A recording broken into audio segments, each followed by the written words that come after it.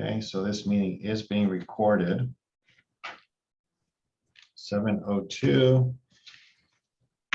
This meeting is now called to order.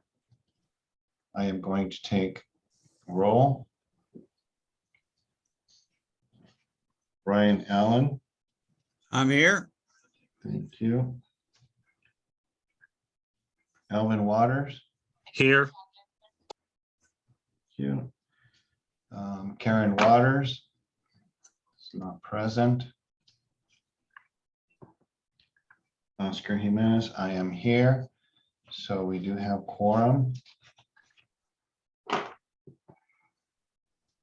We have a ton of attendees today. Yes, I noticed that, and this is great. I mean, communities involved. I believe some are probably from Morningstar. Before I start, I'm going to let Mr. Croy.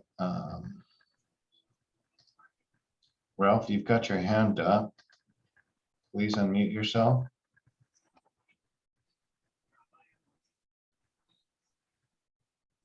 Ralph, can you hear me?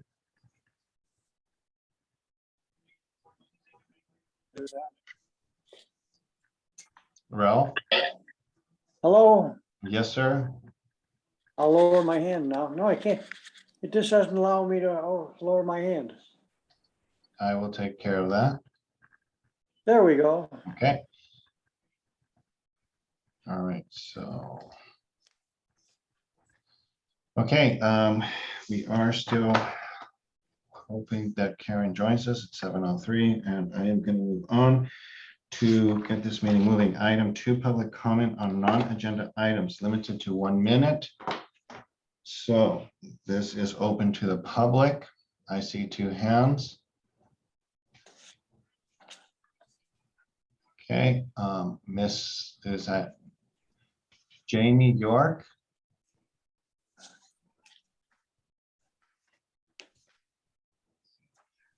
Jamie York, you have the floor.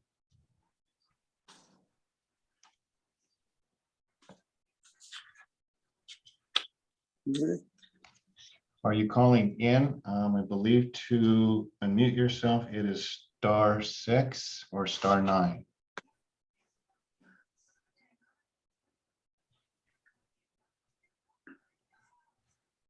Okay, I'm going to move on to, is that Mr. or Mrs. Hales? No, Mom.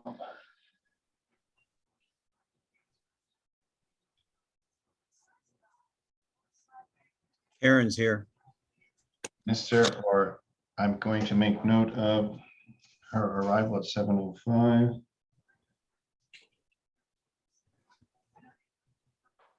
Sorry, Oscar, my Zoom was dropped off of my computer, so I'm using my phone. Oh, okay, well, I'm glad you're here. Thank you. You're welcome. Okay, Mr. Hales?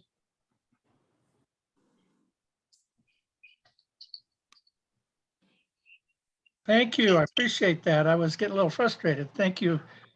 Just quickly, this is, I love sharing items. Tonight, this will be a quick one. Tomorrow night is the Zoom link for digital communications policy training. I highly recommend as many people as possible get in there. Thank you. Thank you so much.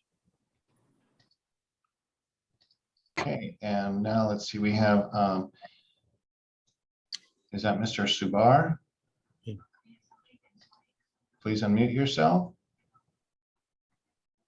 Can you hear me now? Yes, we can. Thank you. Okay, I don't want to be out of order, but I do know you're going to speak about a development at the corner of Shoshone and Rinaldi. That is And true. I just have one quick comment because I do live in Upper Granada Hills and I travel down Shoshone quite a lot to get to Rinaldi. And there's a big bottleneck at the intersection of Shoshone and Nugent. And I would hope that any development that goes in at that parcel would address the traffic situation up and down Shoshone all the way from Rinaldi all the way up to Nugent. Okay, thank you for that. We will make note of it. Thank you. Thank you. Okay, all right. I didn't, I just lowered my hand. Jamie still has her hand up. You might want to try her Jamie, again. yes, yeah. Please unmute yourself. Thank you. Thanks. No one unmuted me the first time, so I couldn't. Sorry, you know what? speak. I think I made a boo-boo there, but anyway, you've got the floor, so. Okay, I would just, since this is your agenda setting meeting, I just would like to hope that Granada Hills would possibly consider supporting the changes to the municipal lobbying ordinance, What? which is council file 22-0560. It hasn't been comprehensively updated since 1994. Every single time. Wait, can you hold on for one moment? Okay, there we go. I just had to mute somebody. You've got the floor. Every single time the City Ethics Commission has brought it forward, it's died in committee. I'm really hopeful that it will not happen again this time if enough neighborhood councils weigh in. Over 20 have already weighed in to support if amended. I know Brian has heard my spiel on this.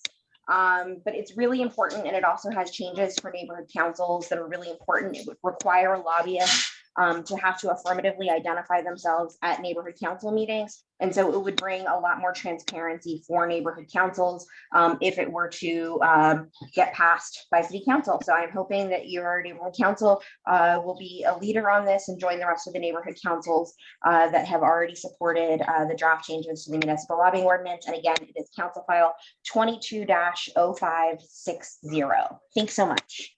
Thank you, Jamie. Much appreciated. Okay.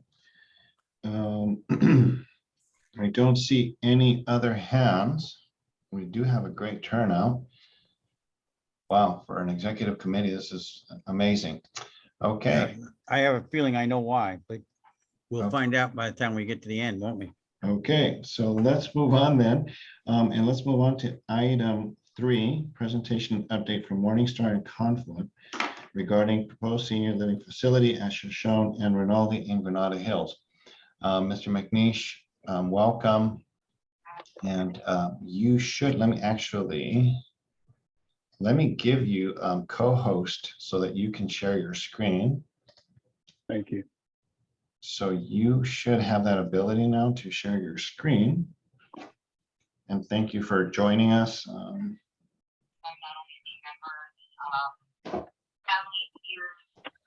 Still says on my screen that it's disabled. You should, let's see here. Try this again.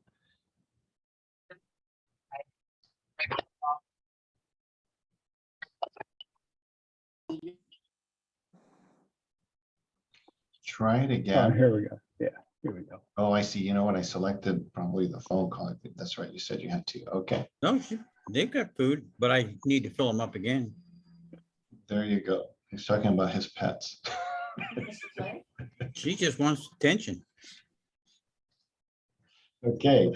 So, Okay. Are we ready to go? yes, sir. You've got the Wonderful. floor. Thank you. Thank you. Well, good evening to the committee and to the neighbors who have joined us this evening. Nice to see you again. Thank you for your patience since the last time we were with you. It's wonderful to be back in front of you. I'm H. McNeish. I'm with Confluent Development. We're a Denver-based development firm doing work nationally in many asset classes, but senior living is our largest. Joining me tonight is Matt Turner, the managing partner of Morningstar.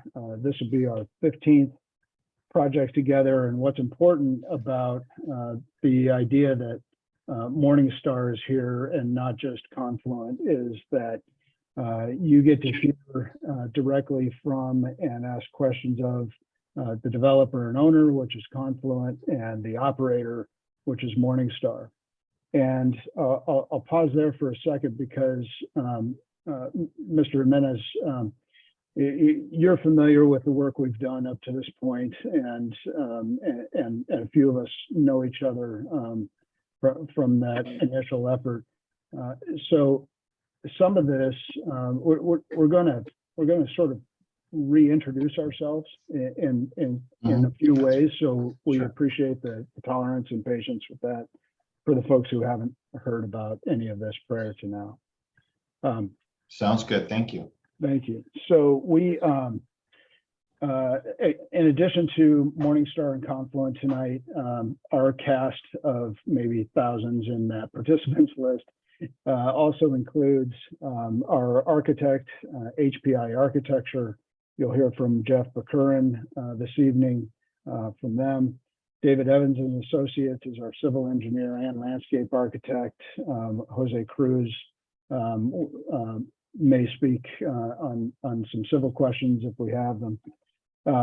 Consensus is our LA area community relations firm. Josh Gertler is with us tonight, and he's been tremendous in helping us communicate with your group and so forth.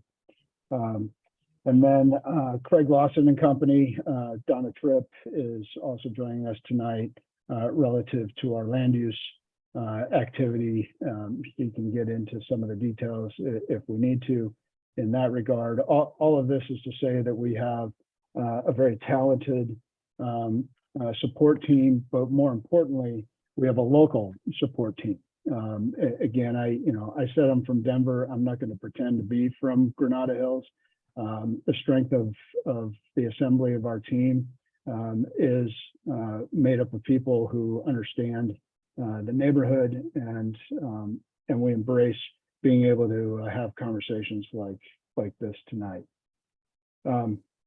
Real quick, where are we going tonight? I'm going to touch on a few of the design highlights since the last time that we met. Matt Turner will briefly tell you about Morningstar and their operations. Then it'll come back to me. We'll spend a little time going through the site design. Jeff Bakurin will go through the building design from an architecture standpoint. We get to see some really helpful images there. And then we're going to look forward to your questions and comments. We embrace this process. We're excited to show you where we are today, and we're looking forward to continuing the dialogue. It's been a few months since we've been with you. Excuse me, and a lot of that is because of the hard work we've been doing to balance the market-driven needs in Granada Hills for senior living, the site-specific influences, and we can get into some of those details, but also balancing the high quality and operations expectations of Morningstar. And lastly, taking all the feedback that we heard from this group and from the initial neighborhood meeting that we had.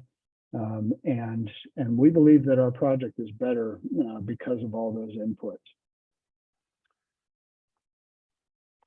So let's look at a couple of the design highlights here. One significant sort of move, I'll call it, that you're gonna see this evening is that we are working to preserve what we now far better understand as the historically important or historically relevant bunkhouses. And the design you'll see will preserve those 3 bunkhouses in place, and in fact, not just keep them in place, but integrate them into the Morningstar program. You're also going to see that because of that bunkhouse preservation, more trees, existing trees on the site will remain, in addition to the areas that we're already preserving them. The hillside remains in preservation with our updated design, and we know that that's important. It's important to us as well. There are still 2 access points, one on Shoshone and one on Rinaldi, and we'll show you how that works here in a little bit. But I think it's important to just point out initially that that having 2 access points to the site are important for both emergency service access as well as balancing the vehicular circulation on the site. And a couple of last items here are more about the preservation of previous commitments. We propose to add a right turn dedicated lane on southbound Shoshone at the Rinaldi intersection. And you're going to see that not only are we still committing or continuing that commitment, pardon me, but also because of the new layout of the site and the integration of the bunkhouses, we're actually able to extend that right turn lane even further to the north, allowing that free flowing traffic activity that way. And the perimeter sidewalks, walkability is a key component, not only for us and Morningstar on the site. We know it's important for the neighborhood, and so that's still a commitment for both Rinaldi and Shoshone. With that, more details or design details in a moment. Again, as I said, we'll get into the site and building design. But I wanted to give Matt Turner a moment to sort of reintroduce themselves, Morningstar, to the community and about the project. Matt? And we might have to, I don't know if we have to unmute people or how. I clicked the button. Can people hear me? Yeah, we can hear you. Thanks. Okay, great. Good evening. Good to be chatting with a lot of you again, some for the first time, and I'll keep this portion fairly brief here, and we'll of course be available to answer any questions. But wanted to just introduce quickly who we are as a company and a little more about what we do and why that matters in this case. First, we were started almost 20 years ago now by my business partner, Ken Yeager, in Colorado. And we only do senior living. We operate everything, every community that we either acquire or develop like this. We operate under the Morningstar Senior Living brand. And this is all we do. It really is our life's work and our life's calling, and we're incredibly passionate about it. We were founded on 3 foundational principles, as the screen shows here. 1, to honor God in our business practices and relationships. 2, to value seniors as gifted and contributing individuals. And lastly, to invest generously in our team. I want to just spend a second on these. The first one especially, we want to be very, very clear about what this means for us. And it certainly does not mean that there's any sort of litmus test or expectation that anybody who lives in our communities or with whom we work subscribes to our personal faith. What we do expect, though, is that our team and that our partners subscribe to similar values, which really are relatively simple at the end of the day. Things like integrity and respect and the highest personal ethics. And this really guides the way that we do business and the way that we make decisions. And we believe that it results in a better experience and end of life environment for our residents. As I mentioned, we only do senior living, so you won't hear from me next month at a similar meeting talking about a retail project or an apartment building. This is all we do all day, every day. And that really brings us to our last point. That takes a lot of people. And we'll speak in just a second to the economic impact of this project. But ultimately, I'm not the one caring for our residents directly that would live in this community or any other one. We have a team of over 2,000 people throughout the Western United States and growing quickly that are all dedicated to serving their communities by serving the seniors in those communities. Now, moving on here to the next slide. Not sure who's driving. Is that UH? There we go. It is. Sorry. Yeah. So I wanted to just speak to a couple of details. And again, we're happy to unpack this more and answer questions. I'm sure there will be some, but to set the stage as a baseline here, anytime we approach a community or approach a site to create a senior community, we're really focused on 3 primary constituencies, 3 primary stakeholders. First is the seniors themselves that will ultimately serve in the community. Everything that we do really it starts with the stated ultimate goal of creating an environment for our residents that will allow them to thrive in their last years. But at the same time, we appreciate that we live in a neighborhood, right? And we all live in neighborhoods at home. None of us like traffic. I appreciate the comment that was already made, and we're exceptionally sensitive to that. And we feel like we've been thoughtful to do what we can through this design process and this project to address the concerns in this specific area. But there are a couple of things that as a neighbor of this site, thinking about the potential of this community being built, that I would want to understand, right? Things like the number of emergency vehicle visits and the number of food deliveries. It is a 24-hour operation. But while it is a 24-hour operation, it is incredibly low impact in nature, especially when compared with anything else of similar size scale. And there are some reasons for that. First of all, almost none of our residents drive. We'll have plenty of parking on site that won't encroach into the neighborhood. We won't expect to use street parking for anything in this community, but very few of our residents drive. We will provide transportation for them. It really is a concierge level lifestyle, but we create a lot of jobs while maintaining a low impact on the community.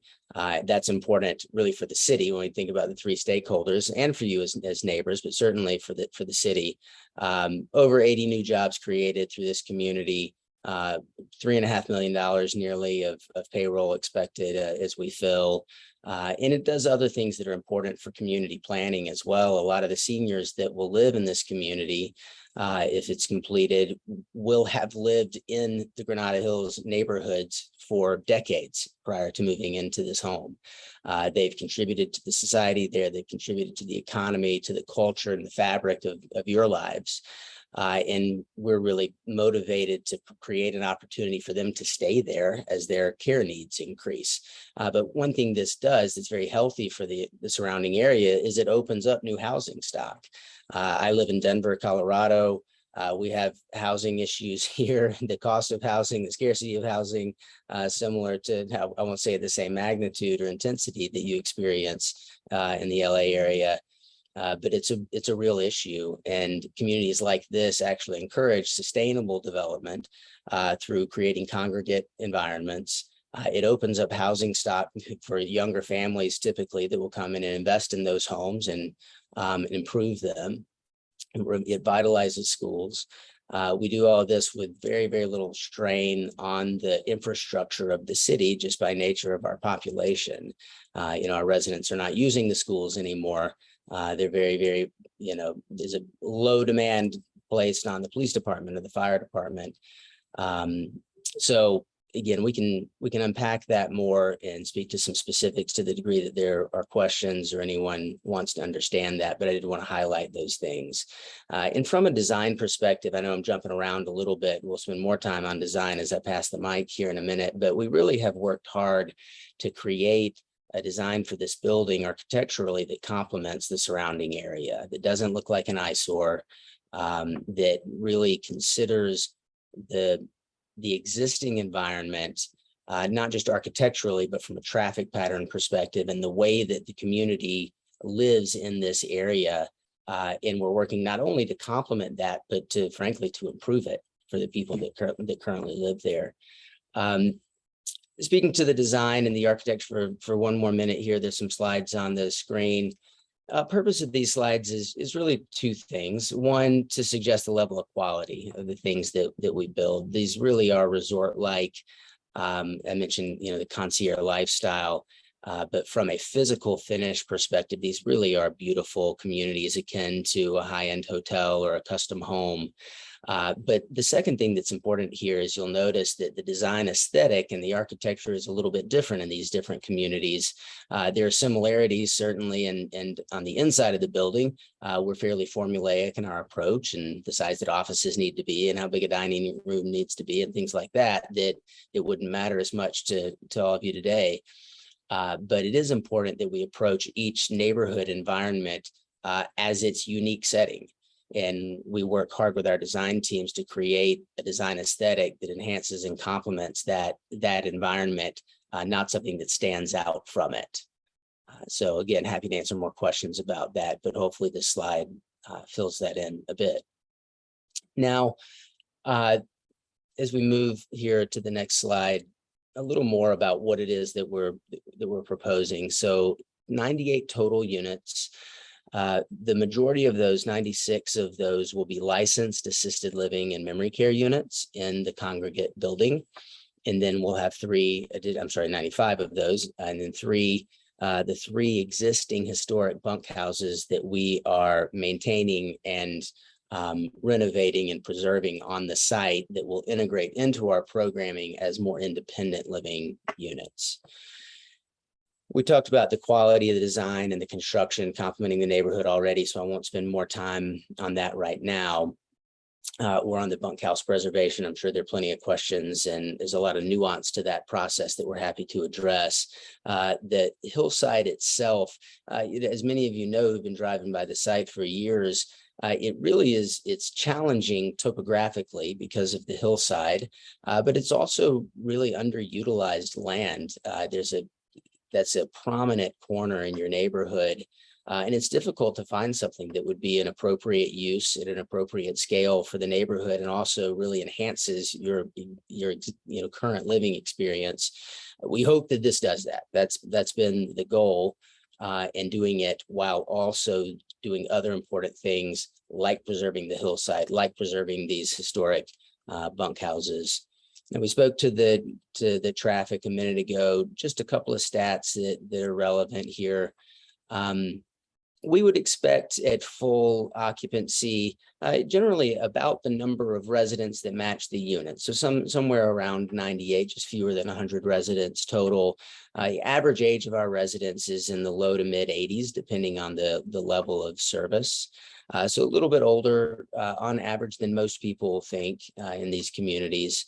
The assisted living community, the assisted living and memory care licensed community, to clarify what that really means, as the name suggests, these are residents that do need some level of assistance with what we call activities of daily living.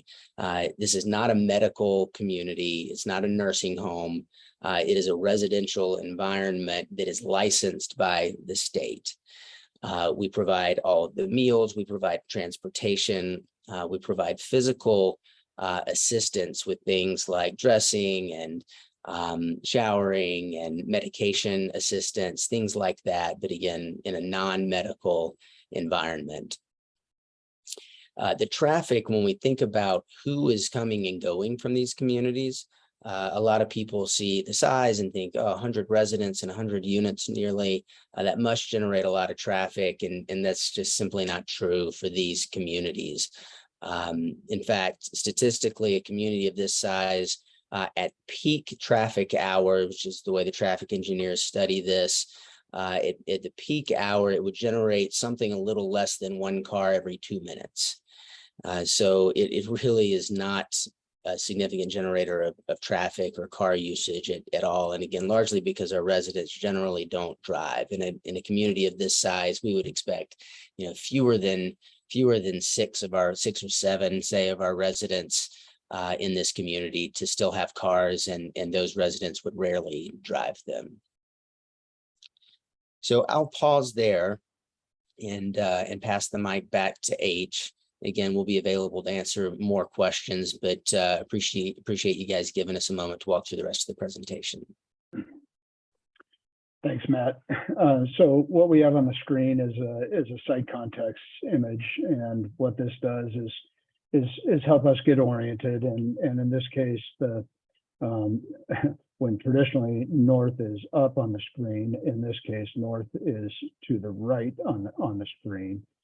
Shoshone runs north-south, Rinaldi east-west. Rinaldi is on the south side of the site. But because of the linear orientation of the site, we lay it out this way. And I think what's worth noting out of this image too, not only just in context of how this 5-acre site sort of sits in the neighborhood, but also what else is in the neighborhood. There's definite pockets of community-based uses in the immediate area. Churches, schools, even the gathering center, the adult center here on Rinaldi. And so in a way, there is a pretty interesting mix of single family homes and those other use types. and we'd like to become a part of the fabric that currently consists of. Keep this going. So the former project site, this is what it was when we introduced it to you a while ago. The two-story layout, the building was pushed to the corner, the parking wrapped on both sides of the building, preserving the hillside, but pulling the building to the corner. There were outdoor spaces for the assisted living residents and outdoor spaces specifically for the memory care residents, access on Shoshone and Rinaldi. But the bunkhouses were not a part of this plan. And so it's a big part of why this plan was laid out the way that it was. But the new plan now accounts for those bunkhouses on the corner. And so there's a lot that is being retained from the previous program, and there's a lot that has modified with it. So with the preservation of the bunkhouses comes the preservation of the space, the green spaces around them, and all the existing trees and so forth that are there. The hillside continues to be retained and preserved substantially in the same way that it was in the previous design. The building is still a two-story building. The primary entrance now is here in the center, where previously it was on the corner, and then the living spaces sort of go in each direction from there. There is a component of the building, and you're going to see this in a moment when we start to show the building elevations and perspectives. There is a portion that is 3 stories, and that's a transition point that's accounting for the topography of the site. And Jeff will help us see some of that shortly. A couple other things with the new plan. The parking is now substantially shifted over to the higher volume street of Rinaldi and further away from the neighborhood that is along and north of Shoshone. The access point on Shoshone is a little further south than where we originally located it. But what's interesting here now with the bunkhouses, we actually have more space to extend this right turn lane. So previously it began around here and went to the intersection. We're able to about double it by pulling it further north. And again, that would be for southbound traffic that wanted to go westbound on Rinaldi, could easily get into that lane in the event that traffic is queuing up for left turns on southbound Shoshone. Another access point on Rinaldi, and similar to what we've shown, it actually pushes a little further west away from the intersection, which is good for traffic movements, and again, serving the majority of the parking field there. While we're talking about access, I think it's important too to note that fundamentally there are actually there are 7 curb cuts on this entire site. There are 5 along Shoshone, 2 on Rinaldi. So we're going down to 2 from 5 on Shoshone and to 1 from 2 on Rinaldi, which is important for overall traffic management. The other thing that we're seeing, we still are retaining open space in generous courtyards. Whoops, got myself ahead there. Okay, courtyards here and here, and then the open space that surrounds the existing bunkhouses for those residents. Let's see, what else can I point out here? Yeah, so I think the next one does help. So a bit of a side by side. Here was the previous version, all the parking pushed out along the perimeter and the building out toward the street. Now we're set back further with the buffer of the bunkhouses. We also now are able to get a buffer along Rinaldi that is meeting criteria there, where previously we were closer to the roadway. than that standard setback. Setbacks are met along the bunkhouses, and then the setback on the north here is 4 times the standard setback in the code criteria.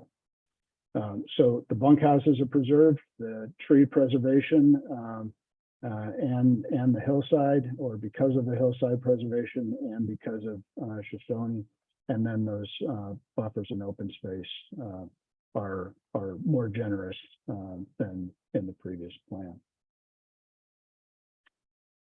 Jeff, are you able to take over from here? Looks like he's raising his hand.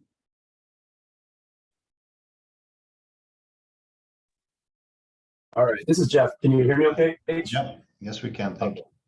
Fantastic, fantastic. Okay, so yeah, so what you're seeing on the screen right now are some of our current, just a few examples of our current elevations here. I want to talk a little bit about the architectural character of this new design here. As Matt mentioned earlier, we worked really hard to create sort of this pleasing design that is fits well into that surrounding neighborhood and creates that home-like experience for the residences. For those of you that might recall what the previous design looked like, we were originally sort of nodding our heads a little bit to the farmhouse or the old ranch style architecture based on sort of the historical orchards that used to be in this area here.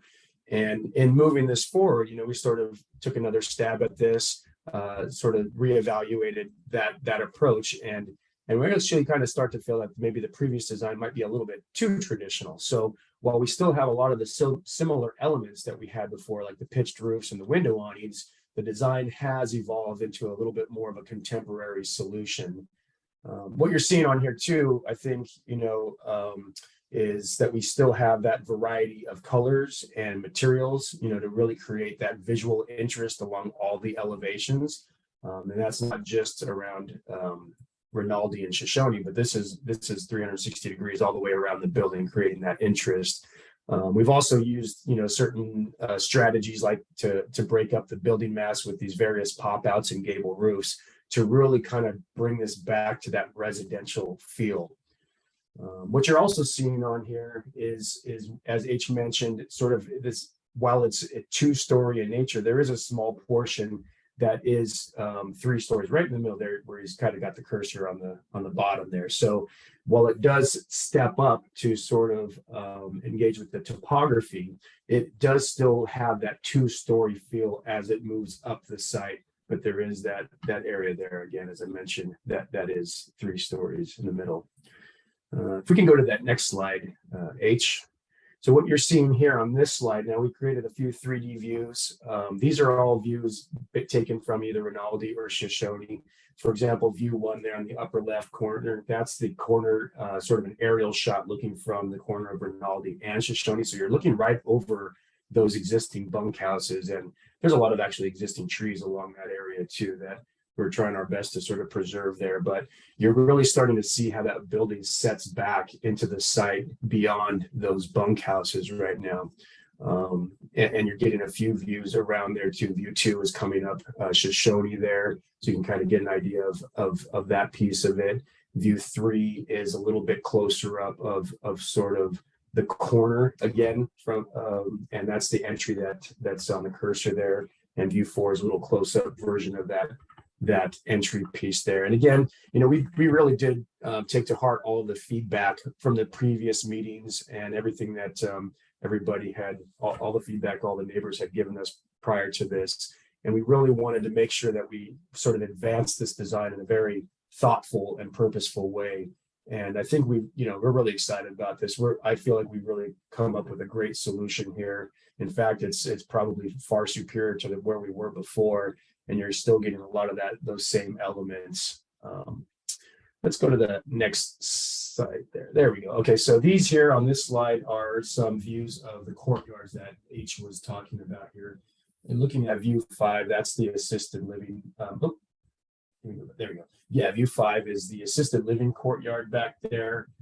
You got sort of an aerial and a shot, sort of eye level shot in view 6, and then view 7 is the memory care courtyard, and another close up of that. But what you're starting to see here is, I think something to mention is that, you know, these courtyards, while they're not visible from the streets, I think, again, like I mentioned there, we took special attention to make sure that these are all very pleasing elevations and nice spaces. I mean, some of the amenities that you're seeing in here too, you know, really providing some, you know, nice shaded sitting areas. You know, there's opportunities for some outdoor dining here, walking paths throughout these courtyards. And again, you know, there could even be garden areas in these as well for the residents. And as we mentioned prior, these courtyards are intended to be secured courtyards, so all the residents would be contained within these 2 courtyards here. Moving on to the next slide, H. Now what we're kind of showing you, just wanted to share sort of a full-size view from Shoshone here. And again, what you're seeing sort of in the foreground on the bottom there is one of the existing bunkhouses. And you can really start to see how the building sits back behind that.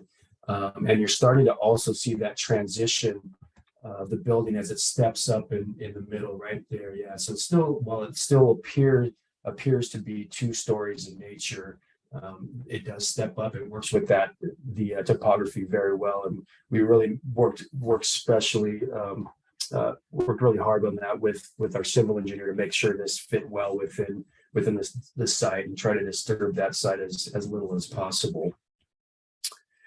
Moving on to the next slide, what you see here is actually the older design. So some of you might recall from our previous presentation, we shared this image, and I'm just kind of bringing this up again just to sort of remind you what it looked like before.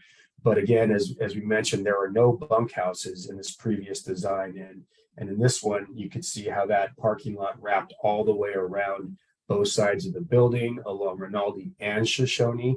And the building was actually closer to Shoshone in this previous iteration. You're also seeing those very traditional, some of those very traditional design elements, farmhouse sort of elements I was talking about. Going to the next slide is where you're going to start to see sort of, this is the latest design. This is our current design, stitched into the Google Earth image here. And you can see that now that building sits behind those bunkhouses. It's working a lot better with the site and the topography here. And I think what's nice is that you're really starting to get this very, again, single family, you know, sort of residential feel to the overall design. You know, overall, we're just really excited that we were able to kind of develop the plans and the design, you know, to this level. We really think that we're close to where the design is ultimately going to land. You know, we worked really hard on siting this very specifically on this site. You know, we worked really hard sizing the units, laying out all those internal spaces within the building so that it works well with the site and everything around it. So I think that's it. And H, I'll shift it back to you then. Perfect. Thank you, Jeff. Appreciate that. Let me just go to one more slide here, just in terms of laying out exactly what we want to acknowledge. And that is that we are in a process. We know we've had some initial community sessions that we're identifying there tonight, a review of the revisions that we've made over time. We know we have more outreach work and probably a couple more meetings with the goal and the desire of gaining the board's support and approval of the project. We also have the process with the City of LA, the elder care facility permit, the site plan review that goes there. There was an initial submittal, a revised submittal with the design plans that you're seeing now is in the works and will be going to the city soon, as well as the CEQA initial study and full environmental impact report. So we know that there's additional steps to take. We're excited to be back with you and to be able to present this tonight. We know we've got a bit more work to do. We're excited to hear your thoughts and comments tonight and ultimately earning your approval. So that concludes our presentation. Thank you for your time tonight. And I think maybe to help, I'll leave it on this slide. Thank you, H. That's a great presentation. I love that you guys are able to salvage or keep the bungalows. That I think is a big piece of it. So it looks good. So now I'm going to open it up if anyone has questions. Alvin, I think you had your hand up earlier. So please, you have the floor. Thanks, Oscar. Well, just want to thank you guys for the presentation. I mean, I think, progress wise, it looks good as far as with the specific, as far as the specific plan. But I would probably say the only concern that I did want to bring up was, so I noticed on the Rinaldi side, you guys have the option, I guess, for a entryway and an exit way. Have you considered that on that side of Rinaldi where you're proposing the option of an entryway and an exit way, the high probability that when you try to make a left turn into that lane in a place like Rinaldi, that could be kind of a dangerous thing to do, not to mention could slow down traffic going east. So I was just wondering if you guys took that into consideration. So I want to make sure that I'm clear on your question. So we're talking about this access point into the site off of Rinaldi. Rinaldi is Yes. around here. Yes. We're proposing that this is, what's commonly referred to as a full movement access point to be able to come into it from eastbound Rinaldi turning in, from westbound Rinaldi turning in, and then to be able to exit either direction as well. Right. What I'm saying though is the thing to consider though is typically, it's the safest to make a left turn into an entryway that's guided by the light, but this won't be the case over here because you're going to have ongoing traffic, not to mention a high probability of accidents.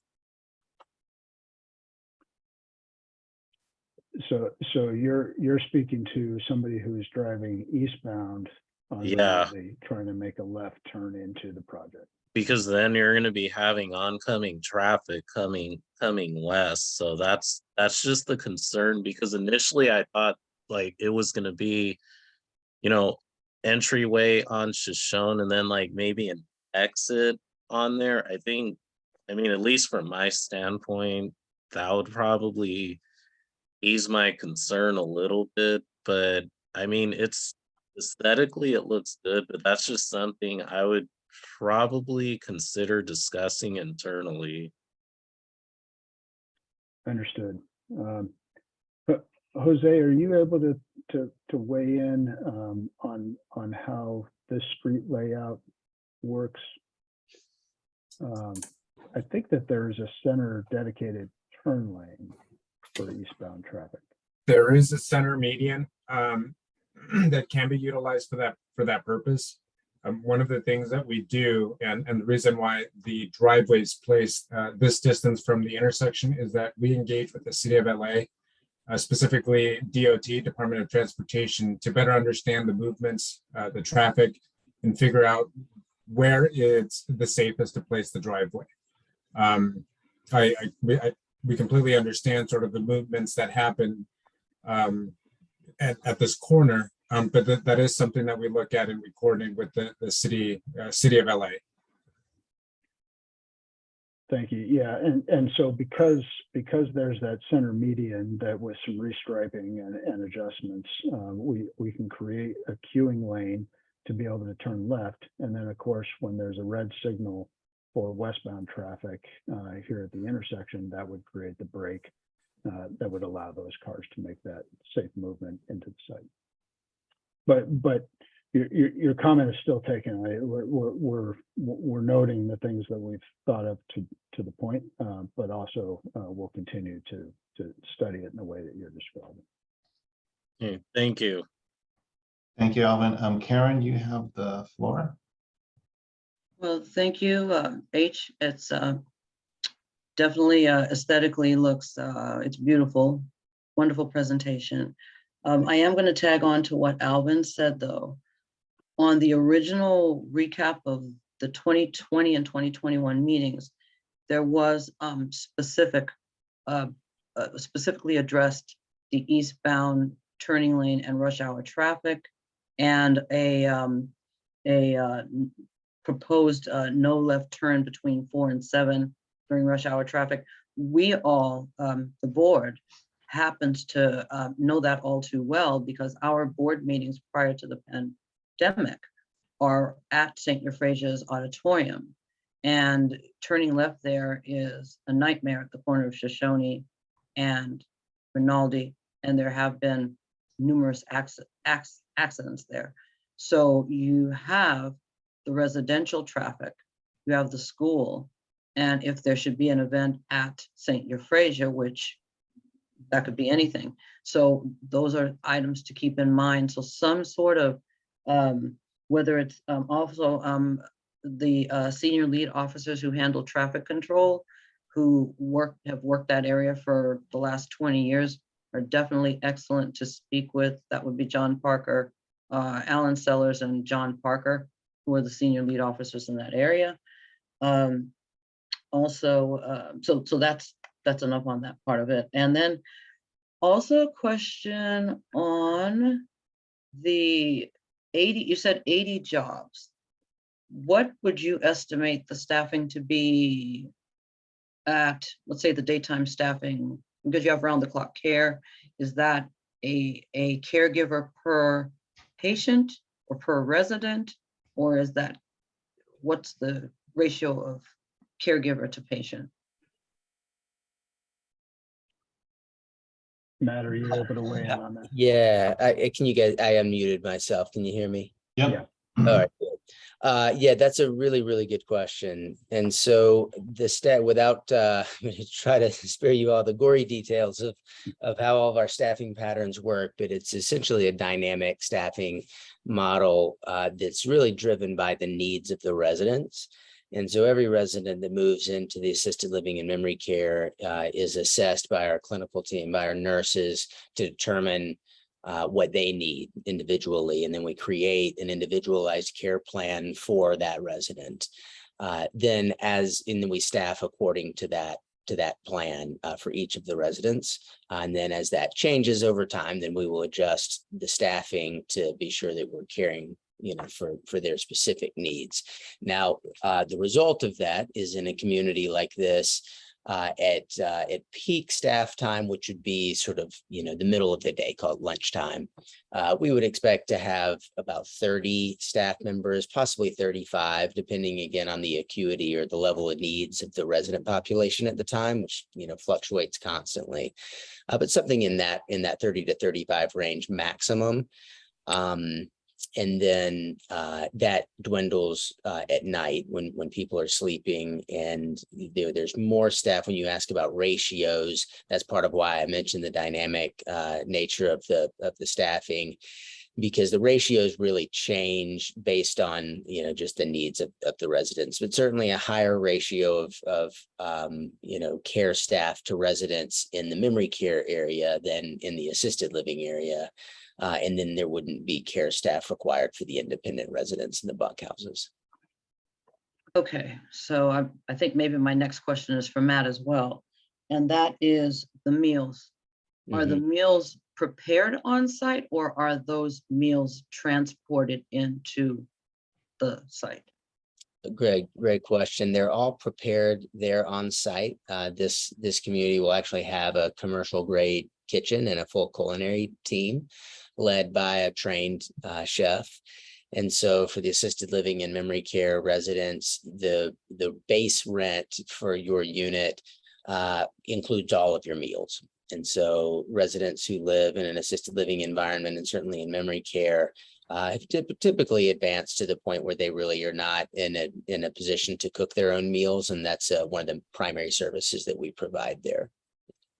Okay, all right. And my last question is, have you, or will, when the time is appropriate, have a evacuation plan discussion with the emergency management department for the city. Because if you have 80 people and we're prone to wildfires in this area, and trying to, do you have a destination in mind in the event that there was a wildfire? You would be evacuating likely southwest, maybe. Any ideas? Has that been a part of the plan so far? Yes, that is definitely always part of our protocol, and we have robust, I'll say, policies and procedures related to emergency evacuation and in every different environment and for different types of emergencies. That includes the transportation plans. It includes the evacuation routes in the building, depending on whether it's fire or flood or other things happening. I'll actually just quickly cite an anecdote. Here in Colorado, we unfortunately over the last year have had some pretty bad fire issues in Boulder County, not far from where we are here in Denver, and we've got communities in Boulder, and twice we had to evacuate, and it was really, while certainly still traumatic for the residents, it was very impressive, frankly, to watch our team really do their job so well and rally, around the resident population there. We had pre-established other housing arrangements as part of that protocol. There was a combination of our other communities where there may have been vacancy or hotel spaces or similar other environments. And it really worked incredibly well. It was in some ways sort of fun and rewarding to watch them work, although that doesn't happen often. It was exciting to see how well the residents were cared for. Okay. All right, thank you. And last question for H is, have you purchased this property or it's still pending purchase? Well, obviously it's a private transaction. So we have the property under contract. Okay. All right, thank you. Again, it's the design is, it's like night and day from what it was before. So this is, nice. So beautiful design. Thank you, Karen. Thank you. Great questions. Brian? Okay, please bear with me, everyone. Oscar, please. Yes. I'll try not to be too long, but I do have some concerns and some issues. First of all, it's hard to hear Mr. McNeish for me, so I don't know if I missed something in his presentation, but the individuals presenting today, are they all employees of your operation of Morningstar? And sorry that you've had trouble hearing me. I hope others have not. So the team that you've heard from, Matt Turner is with Morningstar, so not Confluent. I'm with Confluent as the developer. Jeff Bakurin is with our architect, HPI. They're in Southern California, is their home base. You've heard from Jose Cruz with David Evans and Associate. He's our civil engineer. He's also LA based. And then I think that's who we've tapped into. But when you hear from people, they are typically from consulting firms that are on our project team. And would any of you be considered lobbyists? Josh Gertler with Consensus, do you want to answer that question?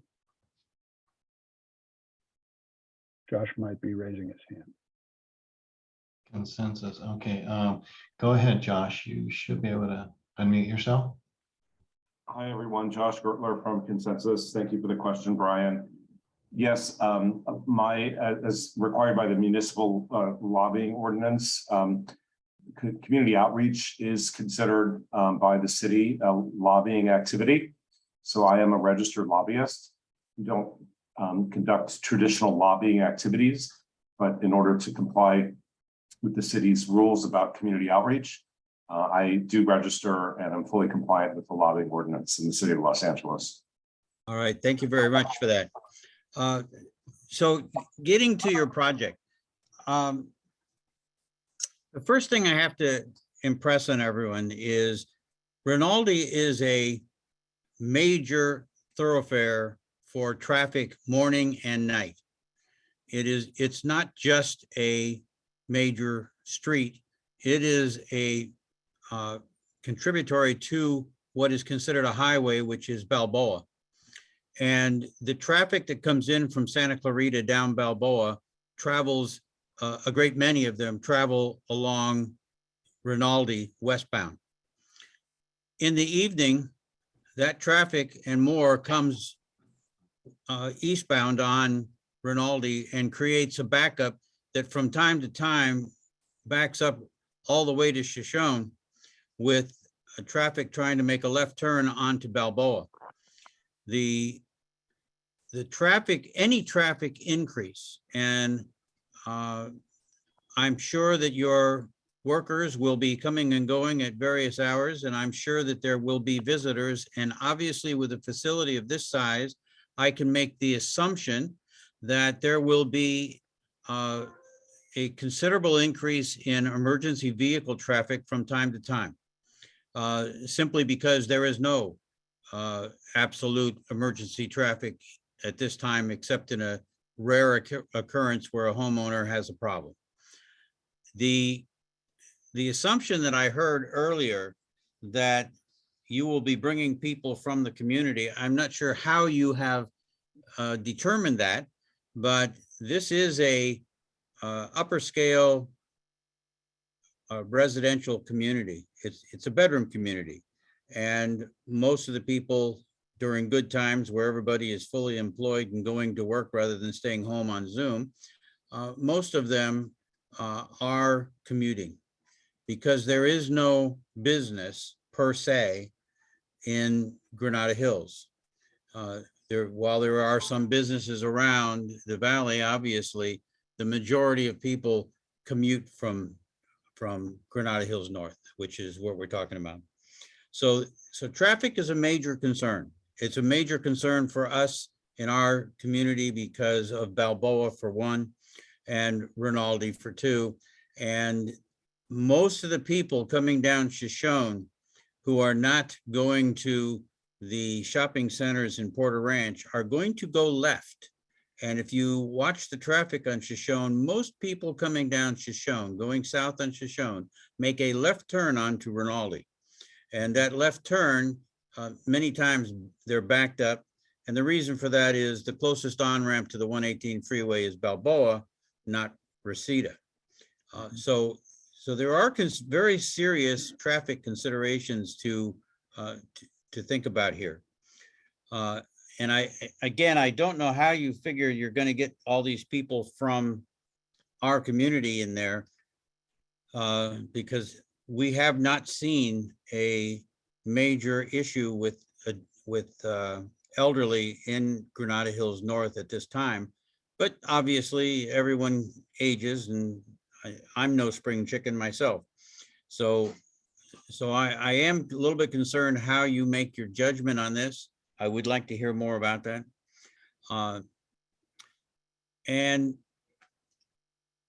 I think there is going to be a need to have the residents of the area weigh in on this, because we do have a lot of traffic at the church school on Rinaldi, which is right across the street from this facility. We also have a lot of traffic to the church school at St. Euphrasia, which is just one block up on Shoshone.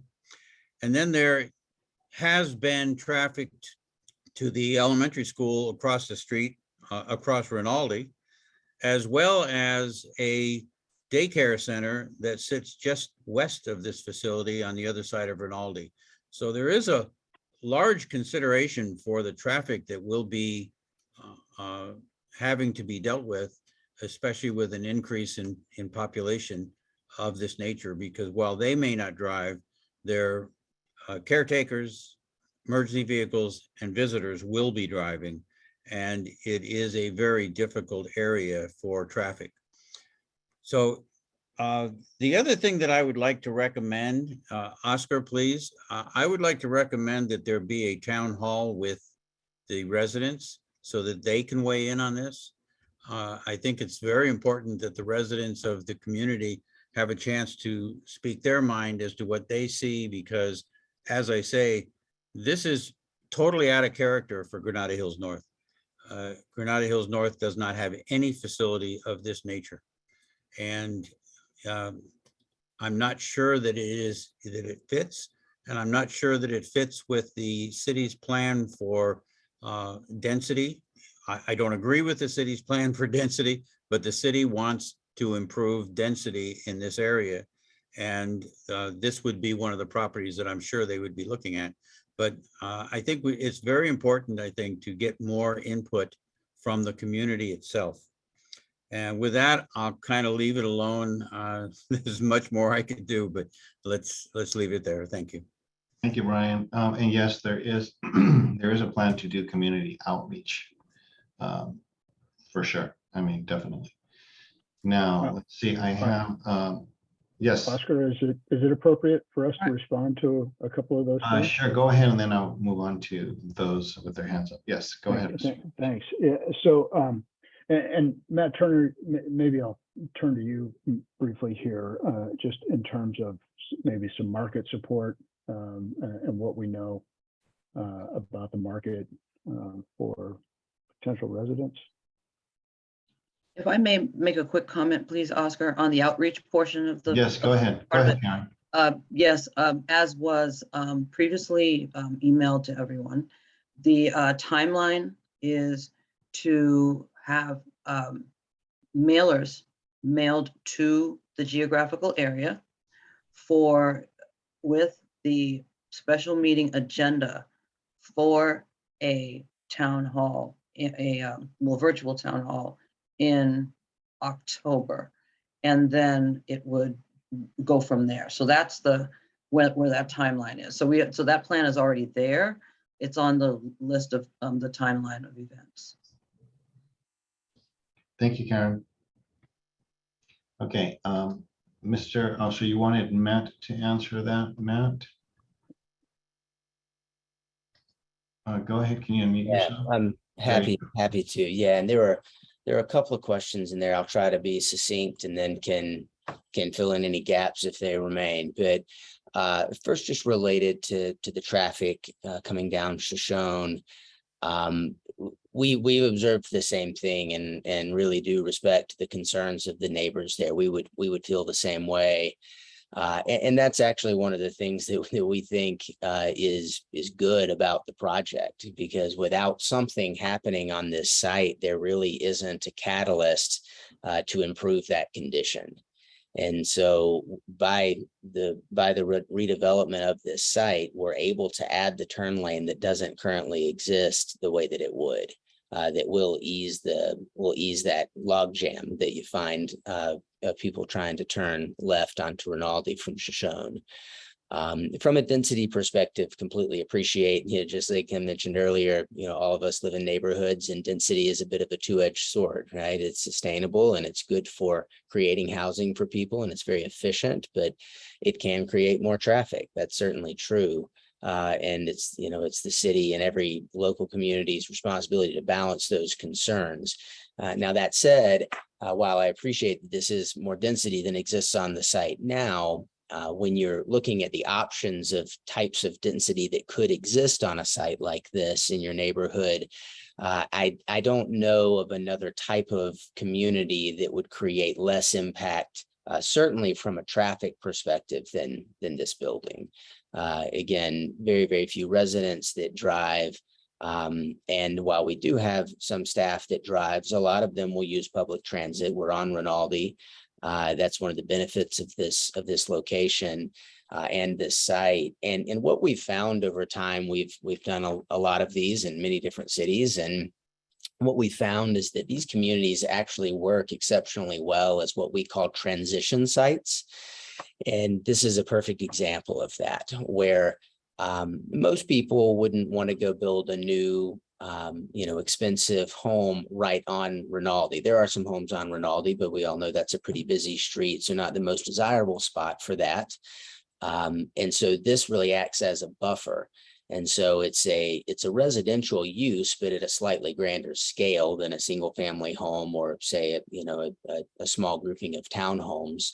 And it really buffers from the busy, more retail and commercial oriented feel of Rinaldi up into the softer environment of your neighborhood. So we believe that from a land use perspective and a city service perspective, this is really an ideal use for the site. Now, when we talk about why we would want to do it here beyond just the physical characteristics of the site, there are actually, and while I completely appreciate the comments, there are actually over 30,000 people 75 and older within 10 minutes of this site. And with 30,000 people age 75 and older within 10 minutes, the average age of the assisted living options in that same area is almost 30 years old. So there really hasn't been any new state-of-the-art professionally managed option created for the seniors of this Granada Hills area in literally decades. And then lastly, on that point, we're not only serving the seniors that currently live in this area, we're also often statistically serving more than the seniors, we're serving their adult children. And so when you look at the demographic and the people that live in this area, it is predominantly 45 to 65-year-old households with families. That's exactly the audience that we're trying to reach, because many of them, if not all, have aging parents. And whether they live in the Granada Hills area or not, this is an option for them to be close to family. So those are the two really buckets of demographics that we're underwriting, if you will, when we're looking at an area. It's the seniors, but it's also that adult child cohort. And both are actually very strong in this area. Thank you, Matt. I'm going to, I think Josh has his hand up. Josh? Thank you, Oscar. I left it up by accident, but I'd be happy, as long as you called on me, I'd be happy to address the outreach.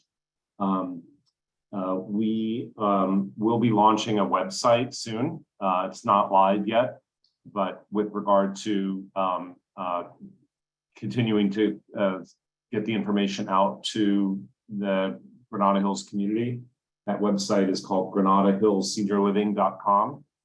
Again, GranadaHillsSeniorLiving.com. Should go live in the next couple weeks. So please be on the lookout for that. And yeah, we do intend to continue to engage with the neighbors of the property to continue to listen, get feedback, and we look forward to those discussions. Thank you. Thank you, Josh. Yeah, and so as soon as you have that website established, if you could let us know, because in that way we can certainly share it with our constituents and put it on our website. Okay, Mr.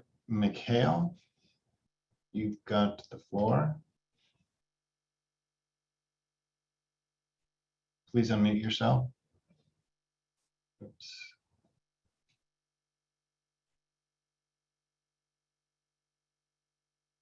That was John Hales, is that correct? Yes. Okay, I thought I heard you say something else. Thank you, I appreciate that. Okay, I have a couple of quick things to throw in here for you. Absolutely, this is a phenomenal presentation.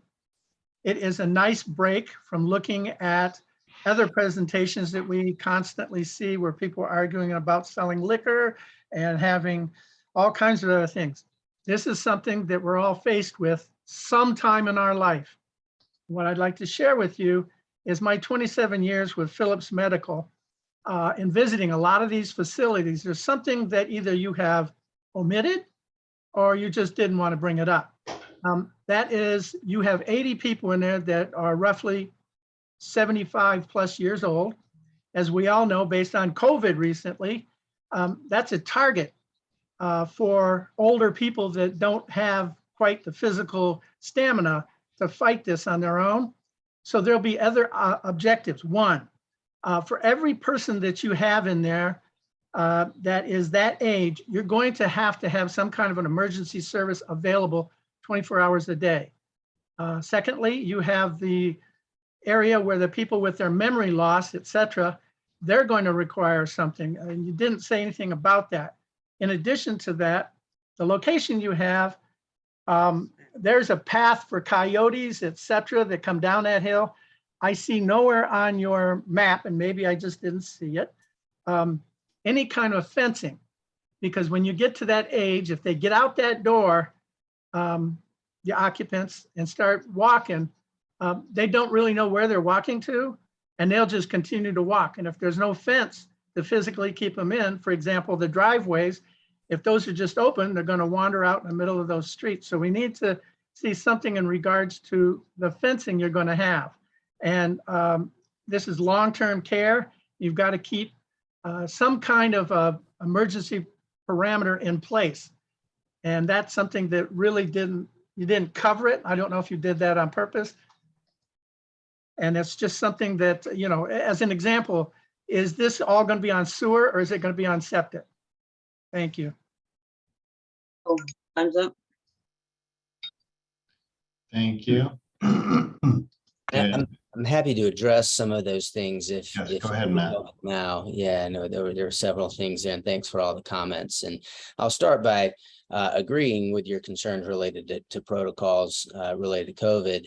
And you know, I won't exhaust everybody with the list of things that we've done to protect our residents and keep them safe during the last three years. But all of our buildings that we actually all the buildings that we're operating, and now everything that we're working on from a new construction perspective has incorporated significant changes as a result of COVID.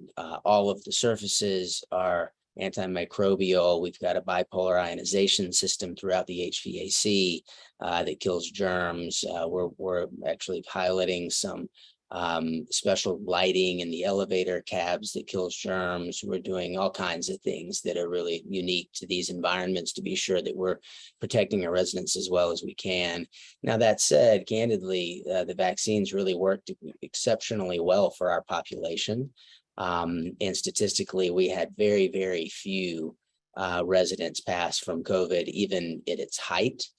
Unfortunately, we did harm some of our residents with some of the protocols we were forced to enforce related to non-visitation and lack of activities and access to the outdoors. And we're all hopeful that we're able to stay away from some of those protocols moving forward. But to your point about emergency service, you're absolutely right. And that is incorporated here based on the level of care.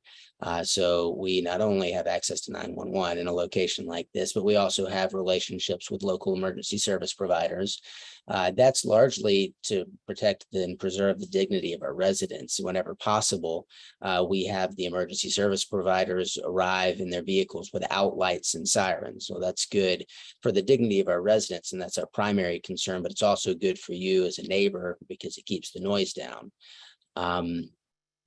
Now, when you talk about fencing for our memory care residents, one of the primary lines of demarcation for a resident that to need a secured environment, which our memory care environments are, is that they become what we call a wander risk. And that's what you're referring to, that they may walk out the door and become disoriented and not really know where they're walking.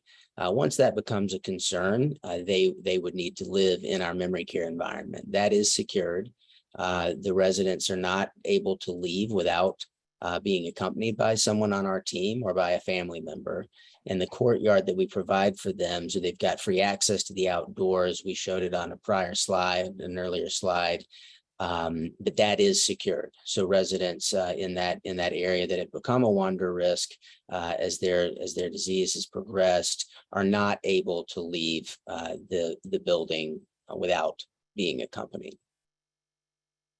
One other thing that I'd like to specify, you did mention that this is a long-term care facility, and it is, there's a lot of confusion in the senior living world in, you know, different acronyms and different terminology, but it is important to note that this is not technically a long-term care facility. It's not a skilled nursing community. It's licensed as a residential care facility.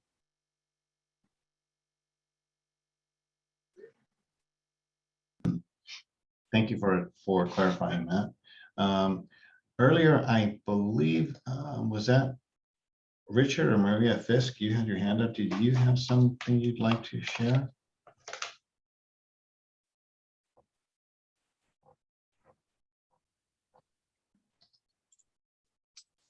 Welcome. Is this Maria, Richard? This is Maria. I finally got the unmute button. It just appeared.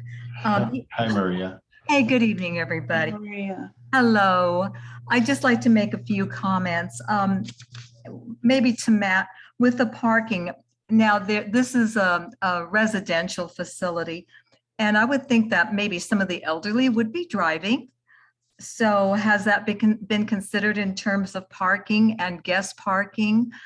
And, you know, where the emergency vehicles will be entering the facility, because that's going to require maybe more than, how many parking spaces do you have? 76?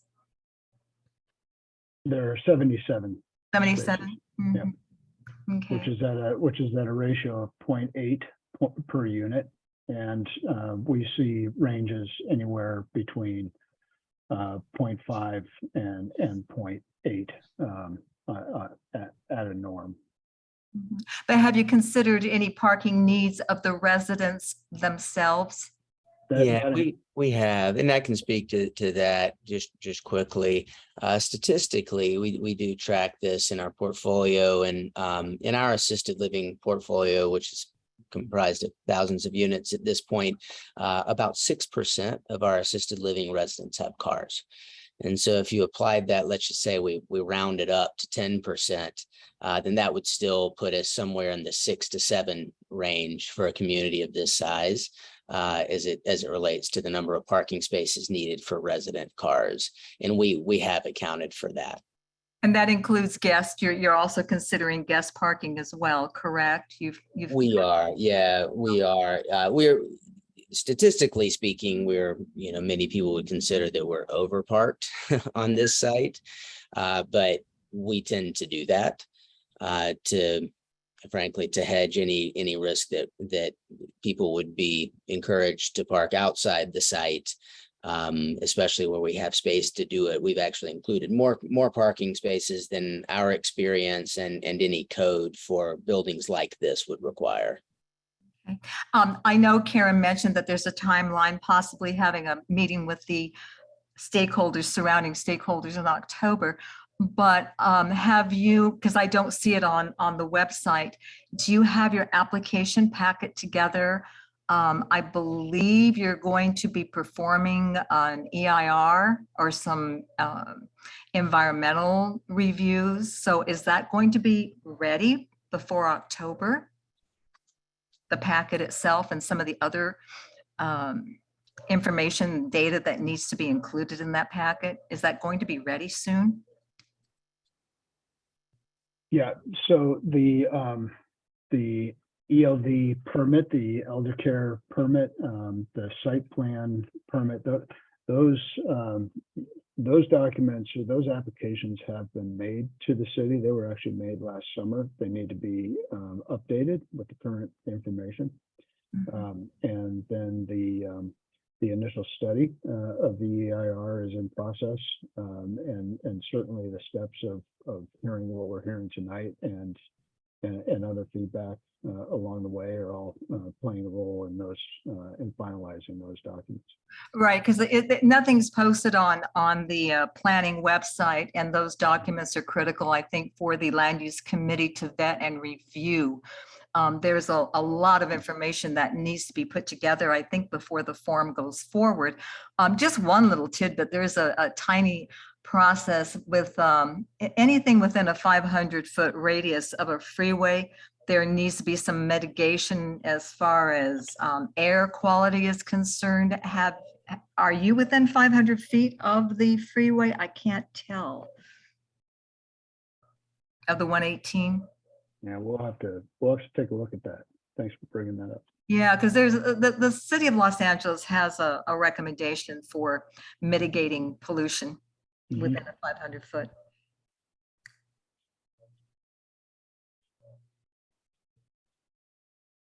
Thank you, Understood. Maria. Okay, thank you very much, everybody. Ellen, or Brian, I'm sorry. Brian, Yeah, Brian, you have your hand, go for it. yeah, I just, because of the last conversation, the experience that you have with regards to history of your facilities and their automobile usage and et cetera. Do you have any facilities in Los Angeles other than what you're going to build here? Not in LA proper. We have a community in Pasadena, not too far from here, and we have a community in Orange County. Okay, let me share one thing then, because your assumption of what to expect is based on communities that are not representative, may not be representative of LA. LA has very little. They think that they have a lot of transportation, but they don't have a lot of public transportation. We're too spread out.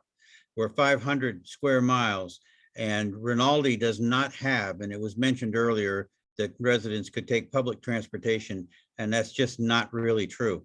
The buses that run on Rinaldi, if you want to call them run on Rinaldi, are so far and few between that you really can't get anywhere.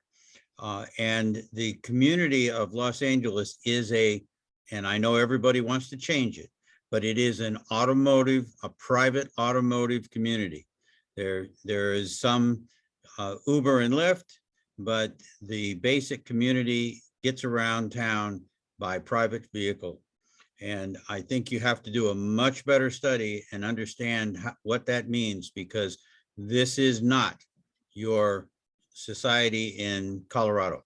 This is an entirely different environment. And I would recommend that you do not make assumptions to people on what to expect without making sure that you understand the community that you're looking to get into. Thank you. Okay, thank you, everyone. I think it's going on 8:30 and we've spent a good amount of time on this. It's a great presentation. Thank you, everyone. And so with that, I think it's time to just close off on this, and then we will move on to the next thing, which is to do the community outreach and then go from there. Let me just on behalf of our team, thank you for the time this evening. This feedback is greatly helpful. We look forward to getting our website launched for information to be shared there. And so again, thank you for the time. That would be great. Yeah, let us know when that website is ready so that we can again disseminate it to our communities and put it on our website. So thank you so much for your time. Much appreciated. Will do. Thank you, H. Have a good night. You too. Let's see here. Wow, great attendance. Amazing community. Yeah, excellent. Okay. Now let's see where are On with the agenda. Yes, right.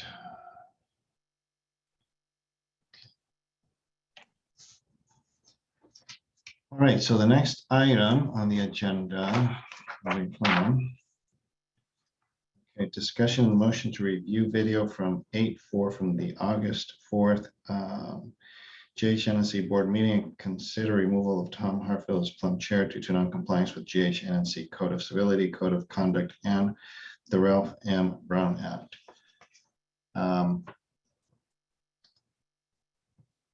I don't see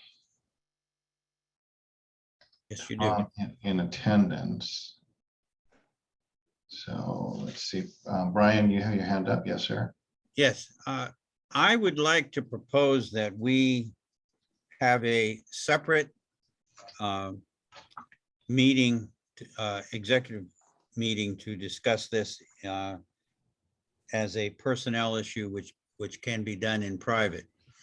But I think if you try to get into it tonight, it's going to take a little while because we do need to review the information and be absolutely sure of what we're seeing and what we hear and what we know. So I would propose that we have a special meeting to do this and just that item. Well, I think at this point, of course, I mean, it's up to Oscar, and obviously the whole board has to decide, but the quorum of our board witnessed what we witnessed. We were all there. I've actually watched the video twice since then.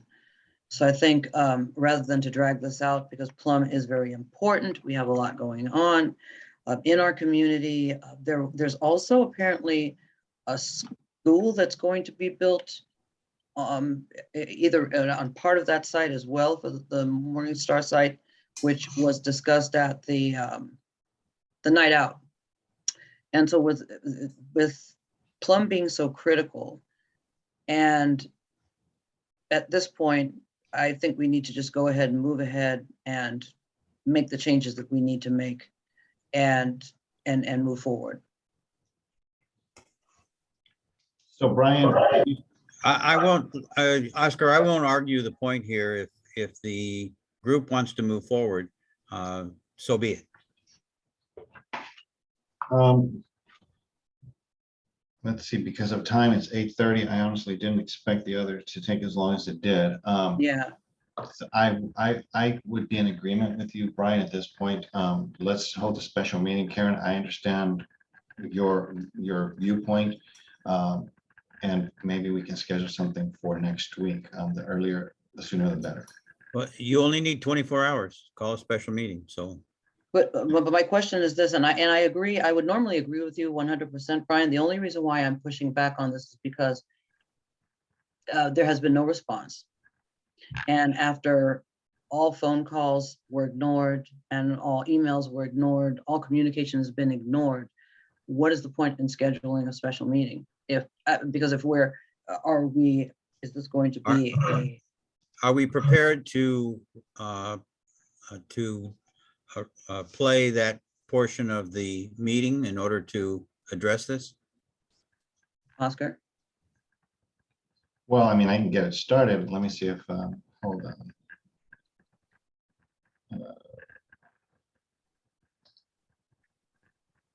Let me see if I can get this moving.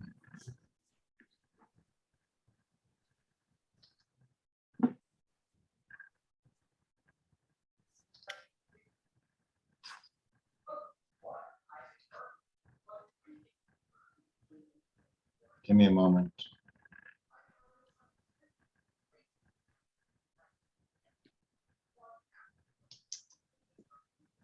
This is not. Okay. I'm having technical difficulties here.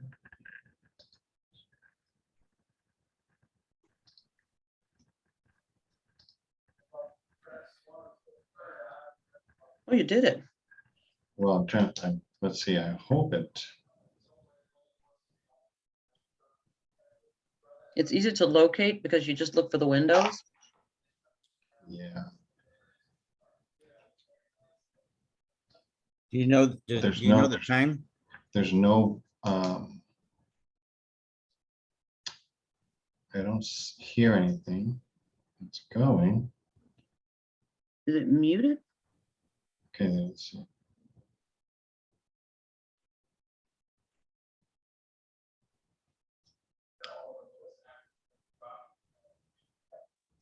Do you know the time that you have to get to? No, I We don't have the time, but the windows were there, because there was never an actual body present. It was the windows there. So when you see the windows, that's. Yeah, but for First some start. reason the volume is not working. Oh, And I've got it on high. Why would it not?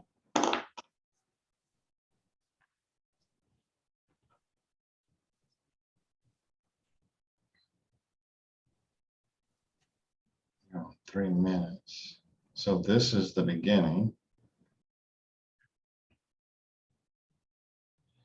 Yeah, I'm having difficulties trying to get the volume.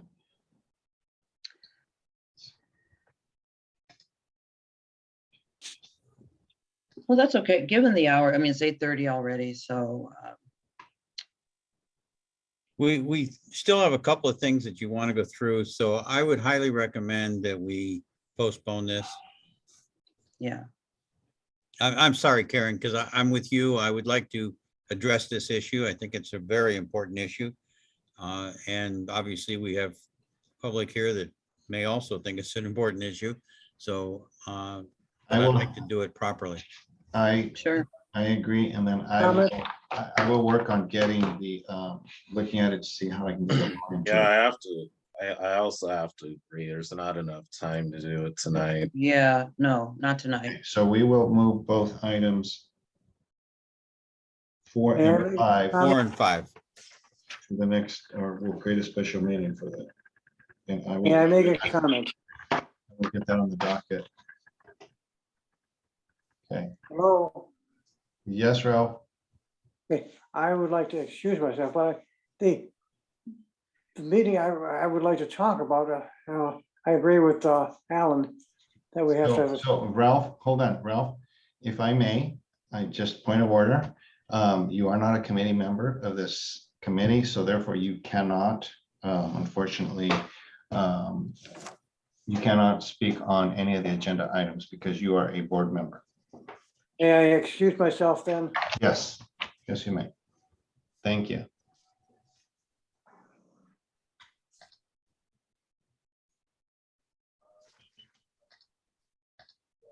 Okay, so with that, let's move on then to item 6, which is our standard formulate the September 6, 2022 board meeting agenda. I'm not going to go through every item, so if there's anything that you guys see that needs amending or changing, let me know. It's pretty standard. President comments, executive committee with the items under that such. Treasurer report. Brian, the only thing there, so I'm assuming the August MER will be available Yes, it should be. and September MER would not because No, it would not. so that's good as it stands. Okay. So with Wait, that, what day is the meeting? the The meeting 6th.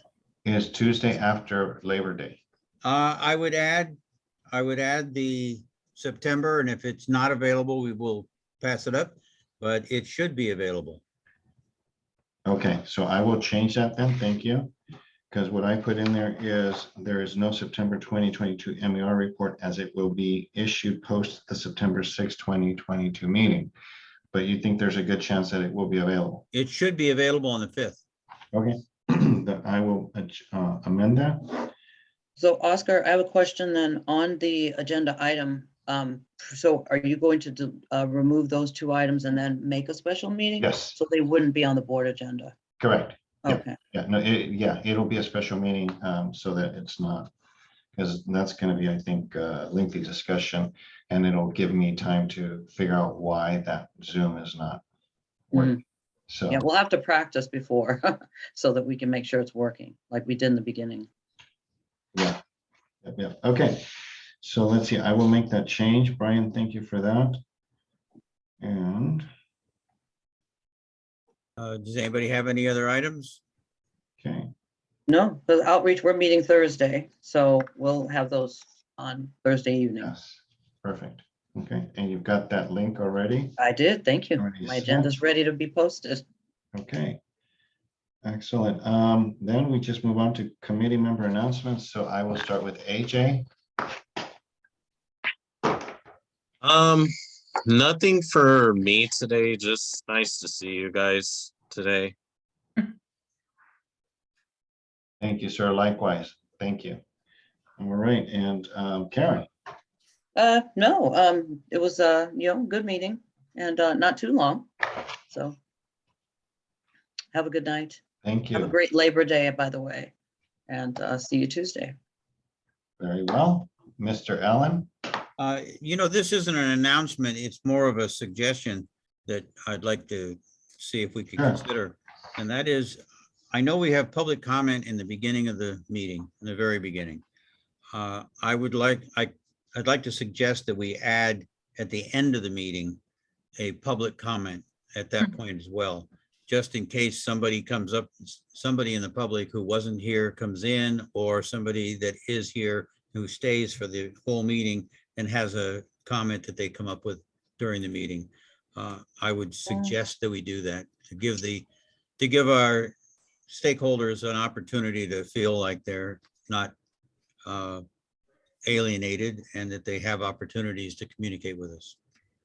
Well, the only problem, I think, I know where you're going with that, Brian. The only thing I'm concerned about that is if we have a meeting that goes long and at that point, public comments at the beginning, they get, a minute or two to speak, and, unfortunately, to drag it on beyond, if we're at 9:30 and we have, depending on what's on the topic, we could have 20 visitors, or, we've had as much as 30 sometimes. And sometimes we have just as few as 5, but at that point, everyone's ready to get off.